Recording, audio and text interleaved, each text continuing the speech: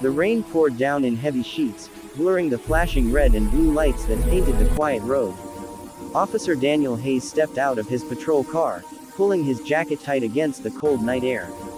The call had come in less than 10 minutes ago, a single-car accident on the old Mill Creek Road.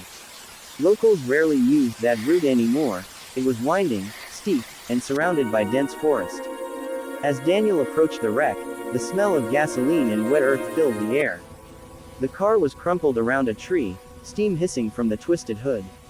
He could barely make out the license plate through the mud. A woman was slumped over the steering wheel, her hand still gripping it tightly. Daniel's chest tightened as he felt for a pulse. Nothing. He took a deep breath, calling for backup and paramedics, but something inside him told him there was more to this scene. He swept his flashlight around, scanning the roadside and the dark woods beyond. That's when he heard it, a faint cry. It wasn't the wind. It wasn't an animal. It was soft, trembling, and human. "Hello," he called out, stepping away from the wreckage. "Is anyone there?" The cry came again, closer this time. Daniel followed the sound, pushing through the wet grass until his beam landed on a small figure sitting beneath a tree, knees drawn to her chest. A little girl, no older than 5, soaked to the bone, her hair matted with rain. She was shivering violently. "Hey there, sweetheart," Daniel said softly, kneeling down. "It's okay. You're safe now." The little girl looked up at him with wide, terrified eyes. She didn't speak, just stared at him as if she didn't understand where she was. Daniel slowly reached out his hand, but she flinched back, clutching something tightly against her chest. "It's okay," he repeated, his voice gentle. "I'm a police officer. I'm here to help." After a long pause, the girl whispered, "Mommy won't wake up." Daniel's heart broke. He swallowed hard, nodding slowly. "I know, sweetheart. I'm so sorry. We'll get you somewhere warm, okay?" When she finally took his hand, Daniel lifted her into his arms. She was trembling, freezing cold, and light as a feather. As he carried her back toward the car, she kept whispering something over and over under her breath, too softly for him to understand. He set her in the front seat of his patrol car and wrapped her in a blanket. Her lips were pale, her eyes vacant. She looked like she hadn't eaten in days. "What's your name, sweetheart?" he asked. "Lila," she murmured. "Okay, Lila. Do you have anyone else? Family, maybe?" She shook her head. "Just mommy." Daniel's eyes lingered on the wreckage outside.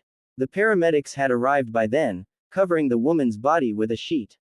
He sighed heavily, his heart aching for the small girl sitting beside him.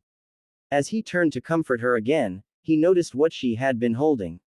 It was a small, weathered teddy bear, soaked but clearly loved. Something about it made him pause. There was a name stitched on the bear's paw. "For my little girl, love always, Dad." Daniel frowned. "Lila, who's your dad?" he asked softly. She looked down at the bear and whispered, "He went away. Mommy said he didn't want us." The words hit Daniel like a knife. He didn't ask more, not then. Instead, he drove her to the nearest hospital, speaking softly the whole way, trying to keep her calm. The doctors took her in, wrapped her in warm blankets, and checked her for injuries. She was shaken but physically unharmed. Later that night, when things settled, Daniel sat in the hospital waiting room filling out his report. But he couldn't stop thinking about that little bear, and the stitched message. Something didn't feel right. He asked one of the nurses if they'd found any identification in the car. She nodded and handed him a small bag containing the woman's belongings, a purse, a phone, a few scattered photos. One photo caught his attention. The woman and Lila, smiling on a sunny day, and standing between them was a man. Daniel froze. He knew that face. It was him, Daniel himself. He blinked, his breath catching in his throat. He picked up the picture, studying it closely. There was no mistake. That was him, years younger, standing with a woman he remembered all too well. Her name was Emily. They had dated briefly nearly 6 years ago. She had disappeared one day without explanation, leaving only a note that said she couldn't stay. Daniel had searched for her for months before finally giving up, convincing himself it was just fate. But now, looking at that photo, the truth crashed over him like a wave. The little girl, Lila. She was his daughter. His hands trembled as he picked up his phone, staring at it blankly. He wanted to deny it, to think it was some bizarre coincidence, but the dates, the photo, everything lined up. Daniel rushed to the nurse's station. The little girl, Lila, he stammered.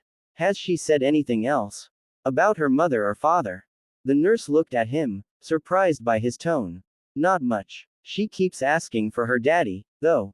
Says she's never met him. That was it. That was the moment Daniel felt his chest tighten, his heart pounding so hard it hurt. He turned away, his vision blurring as tears welled up in his eyes. He pulled out his radio and called dispatch. This is Officer Hayes, he said, his voice trembling. I need to run a personal DNA match request, urgent. He couldn't stop the tears now. He had spent years serving his community, saving strangers, protecting lives, and all the while, his own daughter had been out there, growing up without him, living a life he never knew about. He sat by Lila's bedside that night, watching her sleep. Her small hand rested against the teddy bear.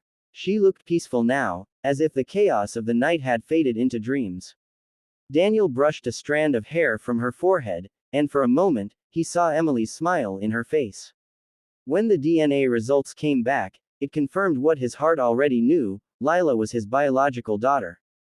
Daniel broke down completely. He stepped out into the hallway, leaned against the wall, and covered his face with his hands. He wasn't crying from sadness anymore, it was something deeper. A mix of grief, shock, and overwhelming love. The next morning, he sat with Lila and gently told her that he was her dad. She looked at him quietly, trying to process it. You're my daddy, she whispered. Daniel nodded, his voice shaking. Yes, sweetheart, I didn't know, but I'm here now. And I promise, I'll never leave you again. Lila's eyes filled with tears. She reached out, wrapping her little arms around his neck. Daniel held her close, his heart breaking and healing all at once. From that moment on, he knew his life had changed forever. Weeks passed. Lila recovered slowly, and Daniel started the legal process to adopt her officially. The department supported him, the town rallied around him, and the once lonely police officer found himself learning how to braid hair, pack lunch boxes, and tell bedtime stories. Sometimes, late at night, he'd sit by the window and whisper a quiet thank you to Emily, for leaving him the greatest gift he could ever receive. He often thought back to that stormy night, the twisted wreck, and the little cry that called him into the woods. If he had arrived a few minutes later, he might never have found her. But fate had other plans. And now, every time Lila smiled or ran into his arms after school, Daniel knew that even the darkest nights could bring the brightest miracles. Life had taken something from him that night, but it had also returned something priceless. The little girl he found on a rainy road wasn't just a survivor of tragedy. She was the missing piece of his soul, the daughter he never knew he had, the reason he now believed that sometimes, even through loss, love finds its way home.